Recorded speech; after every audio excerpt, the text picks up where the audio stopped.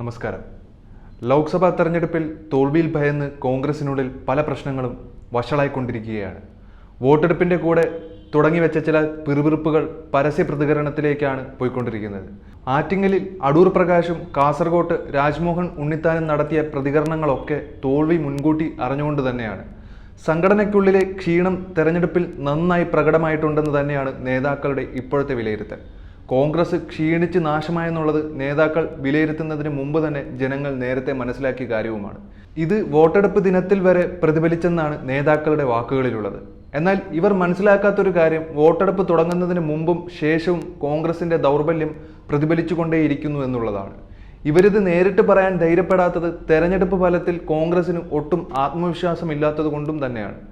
കേരളത്തിലെ പല മണ്ഡലങ്ങളിലും ബൂത്തിലിരിക്കാൻ പോലും ഒരൊറ്റ പ്രവർത്തകർ പോലും ഉണ്ടായിരുന്നില്ല എന്നാണ് ആറ്റിങ്ങലിലെ സ്ഥാനാർത്ഥി അടൂർ പ്രകാശ് ഒരു സ്വകാര്യ ചാനലിന് നൽകിയ അഭിമുഖത്തിൽ പറഞ്ഞത്. തെരഞ്ഞെടുപ്പിന് തൊട്ടു മുമ്പുള്ള പുനഃസംഘടനയെയാണ് പ്രകാശ് കുറ്റപ്പെടുത്തുന്നത്. സ്ഥാനാർത്ഥികളുടെ പ്രകടനത്തിൽ മാത്രമാണ് പ്രതീക്ഷ അർപ്പിക്കുന്നതെന്നും അദ്ദേഹം പറഞ്ഞു. സംഘടനാ സംവിധാനത്തിലെ ദൗർബല്യങ്ങളെക്കുറിച്ച് KPCCക്ക് ഒരു പരാതി നൽകിയിട്ടും ഒരു കാര്യവും ഉണ്ടായില്ല. പരാതി കൊടുത്താലും ഇവരുടെ പ്രശ്നങ്ങൾ കേൾക്കാൻ ആരെങ്കിലുമൊക്കെ അവിടെ ഉണ്ടായാലല്ലേ ആ പരാതിക്കെങ്കിലും ഒരു വിലയുണ്ടാവുകയുള്ളൂ. പ്രവർത്തകരെ സജ്ജമാക്കേണ്ട സംഘടനാ നേതൃത്വം അതിനുള്ള ശ്രമം നടത്തിയിട്ടില്ലെന്നും അടൂർ പ്രകാശ് കുറ്റപ്പെടുത്തുന്നുണ്ട്. ഇതിന് സമാനമായ പ്രതികരണം തന്നെയാണ് ഉണ്ണിത്താന്റെയും. പരാജയപ്പെടുത്താൻ ഒരു വൻ ശ്രമമുണ്ടായെന്നാണ് അദ്ദേഹത്തിന്റെ ആരോപണം. ബാലകൃഷ്ണൻ പെരിയ അടക്കമുള്ള നേതാക്കളുടെ പേരെടുത്ത് പറഞ്ഞാണ് ഉണ്ണിത്താൻ വിമർശിച്ചിരിക്കുന്നത്. എന്നാൽ തങ്ങളെ തമ്മിലടുപ്പിക്കാൻ വന്ന വരത്തനാണെന്നായിരുന്നു ഉണ്ണിത്താന് ബാലകൃഷ്ണന്റെ ചുട്ട മറുപടി. തെരഞ്ഞെടുപ്പ് വിലയിരുത്താൻ ചേർന്ന KPCC നേതൃത്വ യോഗത്തിലും സ്ഥാനാർത്ഥികൾ രൂക്ഷമായ വിമർശനമാണ് ഉന്നയിച്ചിരിക്കുന്നത്. പരാജയപ്പെടുത്താൻ ശ്രമം നടന്നതായി MK രാഘവനും K മുരളീധരനും പരാതിപ്പെട്ടു. പ്രവർത്തകർ രംഗത്തിറങ്ങുന്നില്ലെന്ന് തെരഞ്ഞെടുപ്പിന് മുന്നേ ശശി തരൂർ പരാതിപ്പെട്ടത് ഗൗനിക്കാതിരുന്ന നേതൃത്വവും ഇപ്പോൾ അങ്കലാപ്പിലായിരിക്കുകയാണ്.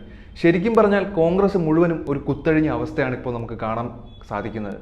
എന്നാൽ തെരഞ്ഞെടുപ്പിന് ശേഷവും KPCC പ്രതിപക്ഷ നേതൃസ്ഥാനങ്ങൾ പിടിച്ചെടുക്കാനുള്ള നീക്കം ഒരു വശത്ത് തകൃതിയായിട്ട് ശക്തമാകുന്നുമുണ്ട്. ഫലം മോശമായാൽ സുധാകരനെ പ്രസിഡന്റ് സ്ഥാനത്ത് നിന്നും നീക്കുമെന്ന് ഏതാണ്ടൊക്കെ ഉറപ്പായ മട്ടാണ് നിലവിലുള്ളത്. ഉത്തരവാദിത്വം തനിക്കായിരിക്കുമെന്ന VD സതീശന്റെ പ്രഖ്യാപനവും ആഞ്ഞുപിടിച്ച് നേതൃത്വ മാറ്റത്തിനായി രമേശ് ചെന്നിത്തലയും ഒരുങ്ങി നിൽപ്പുണ്ട്. കോൺഗ്രസിന്റെ ഭാവി ഗുദാഹവയാകുമെന്ന് ഇനി നമുക്ക് കണ്ടറിയാം.